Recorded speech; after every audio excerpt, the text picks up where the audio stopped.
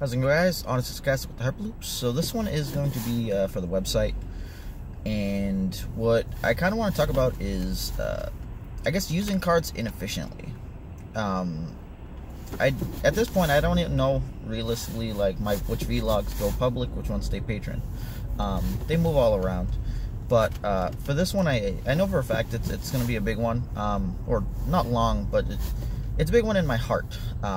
And it just really has to do with the inefficiencies of people just kind of not using stuff to the best of its ability. And like, I don't necessarily mean like combo based stuff. So like, so the point for today we're going to talk about is Yoda.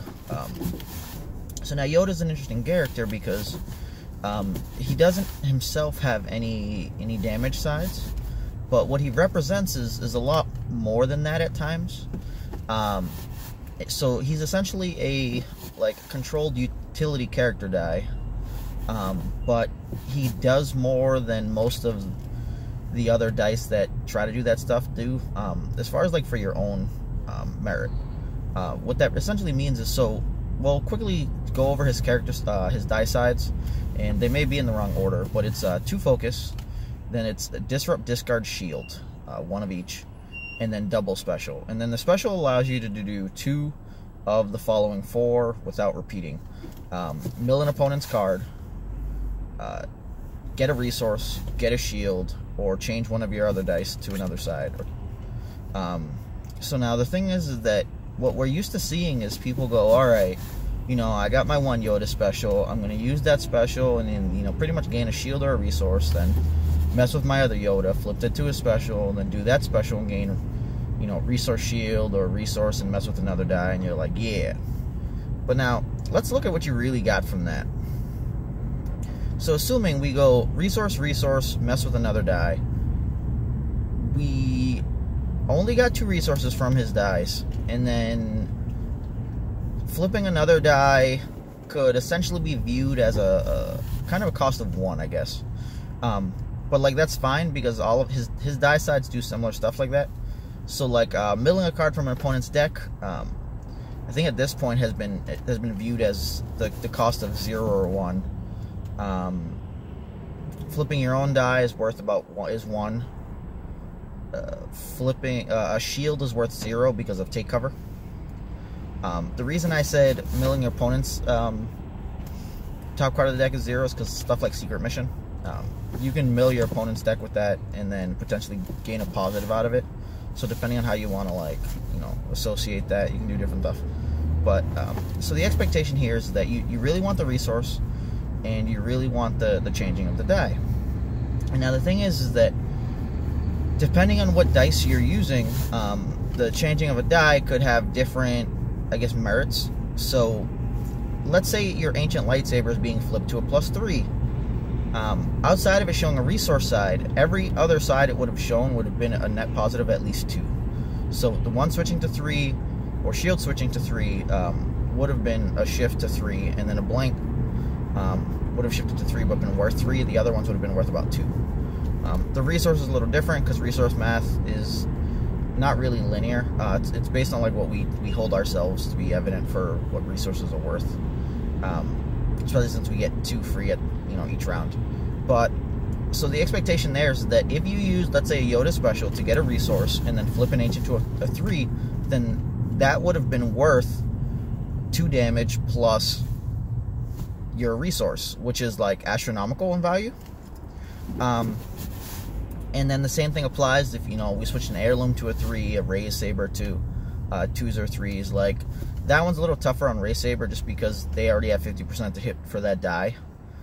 Heirloom only has that 1 side for a 3, but then the value goes up a bit if you take into consideration things like handcrafted lightbow, Obi's lightsaber, anything with a special side where when you're flipping it you can still go resolve it immediately, because now you're flipping it but you have the action sheet element added to it.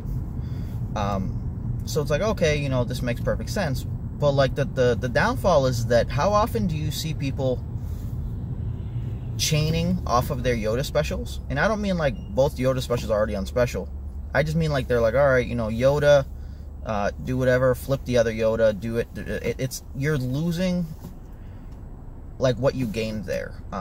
What I mean by this is like, so let's say that Yoda special was on a, or sorry, so one Yoda's on a special, the other Yoda's on a shield. If you Yoda special, let's say get a resource, flip the other one, get a resource, you know, change a die. The entire time you could have just only used that special and had resource change a die, and then you could have had a shield. So like, sure, resource there might be worth more than the shield, but it, depending on the number of rerolls you were gonna do, you gave up your option for kind of like the 50% for just way better than that, because the 2 focus would let you switch 2 dice, assuming you had, you know, a bucket full of dice to adjust, whereas the, like, by you doing the chaining, all you did was you changed, you know, you removed Yoda's other die for a resource, shield, or yeah, pretty much resource or shield, because if you're flipping his die, you already wasted a flip. So it, like, is his die really only worth that much to us? Or at least is his second die only worth that much to us? And I feel like the answer is no, but more often than not, we see people just do it. And I don't know if people like realistically think about doing that, or like if that's the best play and whatnot. So like, it does depend on what your opponent has going. Because like, let's say your opponent has, you know, yellow hero, they have a resource showing. You really don't want to have to re-roll that die until you find special and then run into easy pickings or something, which is fine, but like, no one says you need to use the die either.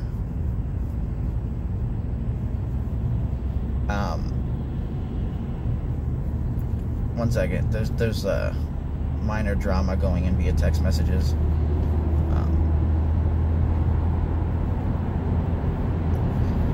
Stupid people are stupid.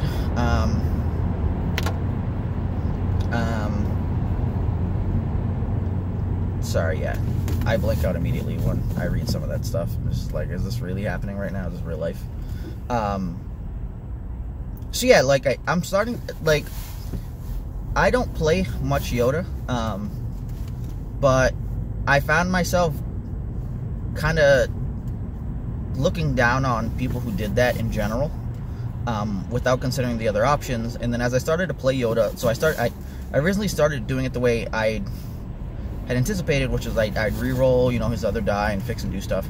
And then later I found myself just kind of wanting to be faster, and then giving up on trying to remake his die show something better.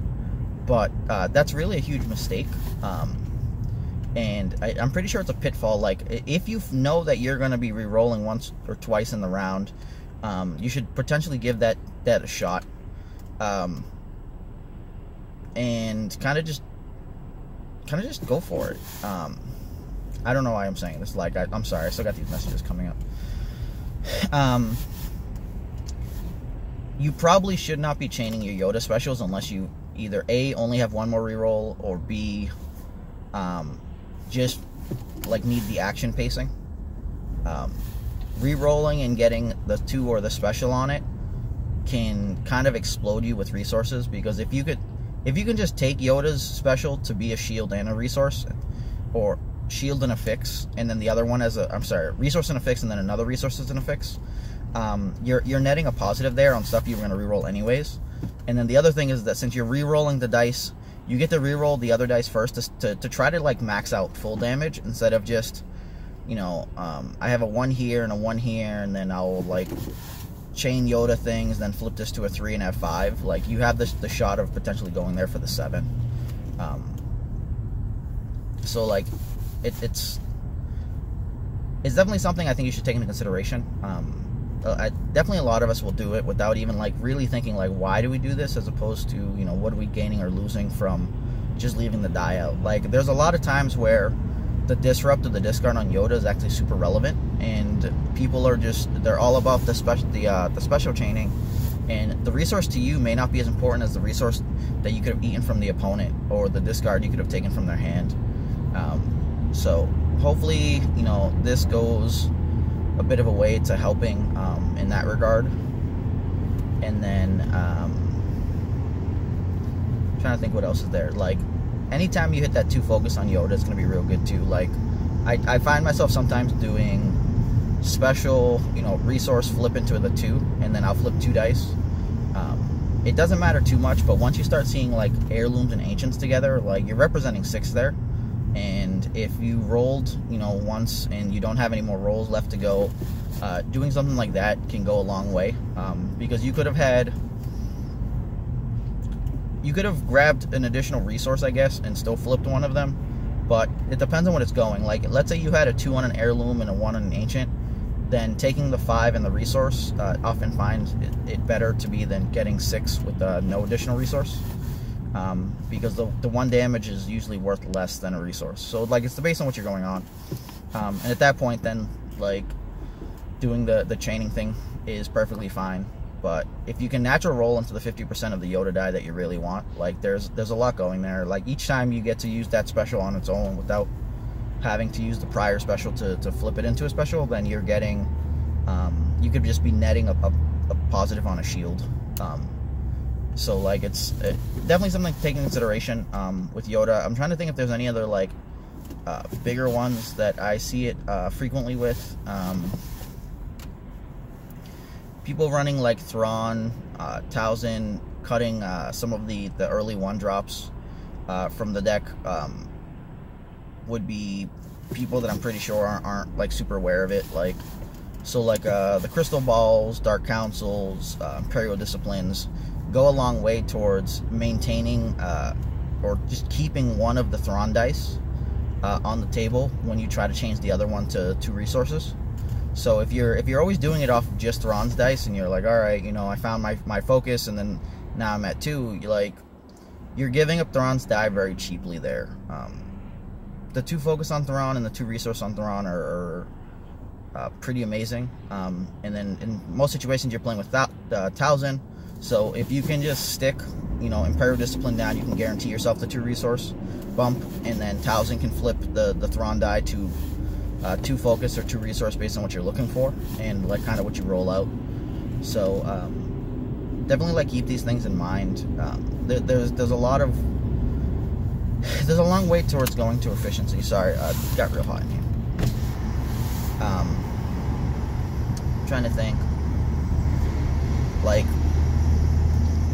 in one of the videos I've talked about, like, Shoto's efficiency, when you just getting the shield while activating is huge for that die, because if we treat a shield as 1 damage, then you're looking at 2, 2, 3 double shield, resource shield, and, like, that's amazing on a 2-cost upgrade, even if it requires another blue one. Because especially when you get 2 of them out, it starts being pretty brutal. Ancient, you guys know, like, the whole thing with Ancient is that, like, it's like, oh, okay, you know, it's okay, but then it hits the +3 and you're like, oh my god. Because, like, that 3 is just huge. If they can actually use it, like, it just puts in so much damage.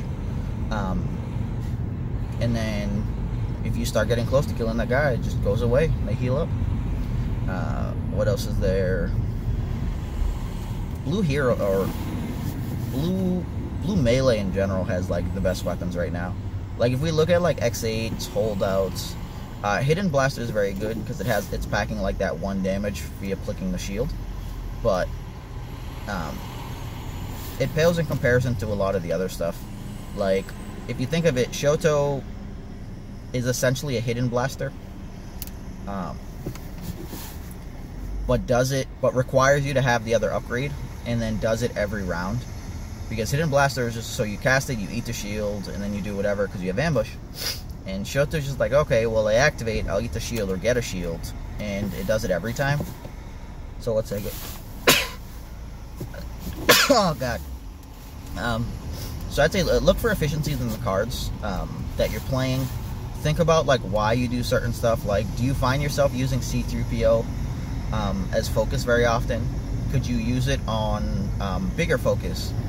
So the gentleman Nars was making some crazy puzzles that, like, really weren't solvable at the beginning on Discord. So, like, you'd set you in a situation where you needed to do, you know, you needed to pretty much finish your opponent off. Time was called, and there were, like, you know, particular stipulations, like you got no cards left in deck, you have the, like, stack of dice that are in the pool, you will never re-roll because you are afraid of whatever. Anyway, He has some crazy stuff. But like the thing is more often than not, like people are not aware of how to kind of maximize damage with like focus and any of the dice that do similar stuff. So like C3PO can eat a die and like do things like, all right, you know, I'll gain 3 resources here. Now the 3 resources go towards paying for this 6-for-2 resistance bomber. A lot of people don't take stuff like that into consideration. They're used to kind of seeing like, okay, it's, you know, whatever damage, whatever discard, whatever disrupt. But the focus one and the resource one are the ones that kind of just fail on people more often than not. They don't really consider it, don't know how to count the damage for it. So really think about the efficiencies for that one. And like whether giving up that 3 damage die is worth getting to 6 and then still having 1 resource left over, because then it's like you had 2 3s and a resource. So like for that, it's just like, wait, well that makes perfect sense. Yes it does. So kind of take that stuff into consideration. Look for efficiency from like specific cards that you may not have found efficient, I guess, way before. Things change on a set-by-set basis. Like Poe 1 was fucking terrible set 1, but we all knew this because he just didn't have a good partner and he didn't have good stuff to throw. Like he had thermal, but he didn't have anything else. So set 2 comes, he gets a solid partner in Maz, starts with 4 dice, you know, it extremes consistency, and he got better things to toss at people's heads.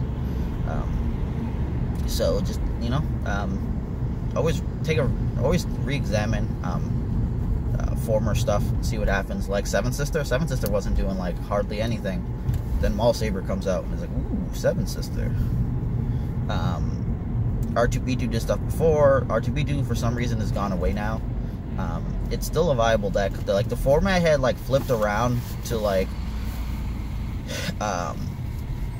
real slow, then fast, then slow, and like we're looking at a spot where most people probably should be considering like a blue hero deck, and I don't mean the shitty blue hero deck where they're just like not actually doing anything and turtling all day. Like they should be looking to output actual damage, potentially get a kill round 2, but make it near impossible for their guy to die round 2. If you're playing blue hero, like you have to pretty much make it so that you're not getting ruined round 2, and it's relatively easy for blue hero to do that. And I think that's where a bit, like, I think that's where like a big chunk of its playability comes right now, because we're looking at a melee format from Boba 7th in the villain category, but who does melee better? Hero, because force misdirection and guards represent damage while also kind of blowing your opponent out of the water. You know, you rolled out, you only hit that +1 on Shoto and whiffed everywhere else, and then they sit there and they hit like 2, 1, 3 on a Maul, and then it's like, oh look, I ate 3 of your dice for 1, sucker. And then the other thing is that because a lot of their cards come packed with shields, it shuts down Maul Saber. It doesn't allow it to kind of just run rampant like it would normally feel, as well as the fact that like the mono blue hero decks can run Obi's Hut. So now if you're playing on Obi's Hut and you're doing whatever Maul Saber stuff and it's nearing the end, if you resolve your Maul and they just claim, like, you have to go use another base side to hit that and then try to get the Maul, but then try to pair Maul with another base. Like, it becomes too hard for you to you know, reasonably use Maul Saber's modified sides that many times, as well as, you know, even just getting the power action out. So I'm really not sure why the meta hasn't adjusted yet. I think a lot of people just kind of gave up on the whole, like, this deck's better than that, I'm going to play this and beat it. But it could also just be that, like, the top levels either aren't getting the regionals near them that would do stuff like this. Because, like, so, like, Ray Ayla, Bobby Sapphire, all about that life, all about the R2P2 life. He's living EAW Dreams of Grandeur because we didn't have any regionals to go at with it. But essentially, it's a very strong deck. It's a bit slower, but it has a better late game, because when you get Shoto set up on Rey, and then it gets down to like a 1v1 fight, you're not really killing Rey through that. because you're essentially, like, if there's 2 Shotos and her ability, you're taking a damage and she's blocking 2 with every activation. So if you don't have like amazing weapons to increase your damage output there, it's a mess for you. Because if you're melee and, you know, random force misdirections or random guards for 2 or 3 of your dice pretty much stop your damage for the round, she can poke in a little bit and your defenses aren't as strong as hers. So your bit of damage gets poked into the shields, her bit of damage goes straight to your face, and then you guys, so it's like, alright, you know, we did 3 each, but now if we look at it, your 3 went 2 into Shoto and 1 to her, and her 3 went straight into your body plus her 1, so you took 4 and she took 1. And then we go to the next round and it repeats it again. So now you're at 5 and she's at pretty much -1. So like stuff like that, just it's debilitating, and that's kind of where R2P2 came in. But R2 Ayla has a better efficiency metric with like those blowout blue removal cards. So yeah, I don't know, but this is the end of my video. Just wanted to talk a bit about Yoda and like just efficiency stuff, and maybe, you know, have people just been completely playing it wrong? Like, should you just not be chaining it unless you need the action speed or like the, you know, the action pacing? It makes perfect sense when you have like upgrades with specials, but then that second Yoda die, should you use it or should you not? How many rerolls do you have? It's an important question, and we'll kind of see where it takes us. Hyperloop out.